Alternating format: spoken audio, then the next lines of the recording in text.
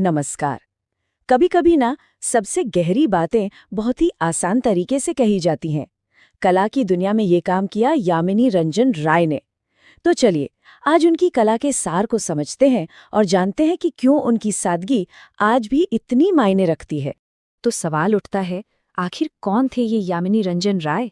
ऐसा क्या था उनमें कि भारतीय कला के इतिहास में उनका नाम इतने अदब और सम्मान से लिया जाता है?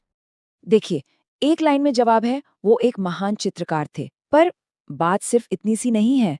उनकी महानता सिर्फ तस्वीरें बनाने में नहीं थी। असल में उन्होंने उस दौर के चलन को तोड़ा था।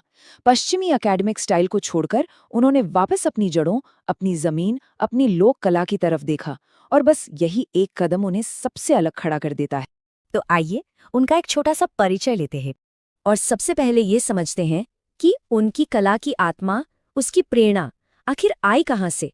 उनकी प्रेरणा का सबसे बड़ा स्रोत थी लोक शैली। अब ये लोक शैली क्या है? ये कोई किताबी या अकादमिक स्टाइल नहीं है। ये वो कला है जो सीधे गांव की मिट्टी से, आम लोगों की जिंदगी से, उनकी सादगी और उनकी परंपराओं से निकल कर आती है। और यामिनी राय ने खास तौर पर बंगाल और बिहार की लोक परंपराओं को अपनी कला में उतारा। जो कालीघाट पेंटिंग्स की खास शैली थी ना, उसका असर तो उनके हर काम में साफ साफ दिखता है। और इसी ने उनकी कला को एक ऐसी पहचान दी जो किसी और की नहीं थी। अच्छा, तो स्टाइल तो समझ आ गया, पर उनके कैनवस पर दिखता क्या था?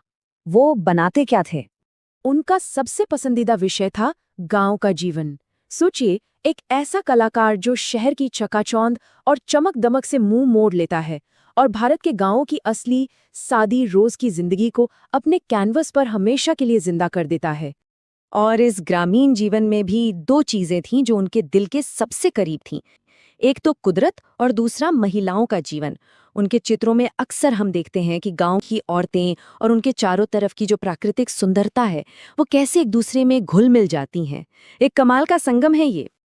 और जिस अंदाज में उन्होंने महिलाओं को दिखाया, वो तो और भी खास है। उनकी पेंटिंग्स में औरतें कोई उलझी हुई या संघर्ष करती हुई नहीं दिखती। नहीं, वो तो कोमलता, एक गरिमा और एक बहुत ही सहज सुंदरता की प्रतीक हैं। और उनकी वो बड़ी बड़ी बादाम जैसी आंखें, वो तो जैसे यामिनी रॉय की पहचान ही बन गईं। तो ये तो हुई विषय की बात। अब जरा उनकी तकनीक पर नजर डालते हैं कि वो ये सब बनाते कैसे थे। तो उनकी तकनीक की कुछ खास बातें हैं। सबसे पहली बात, उनका प्रमुख माध्यम था एक्रिलिक।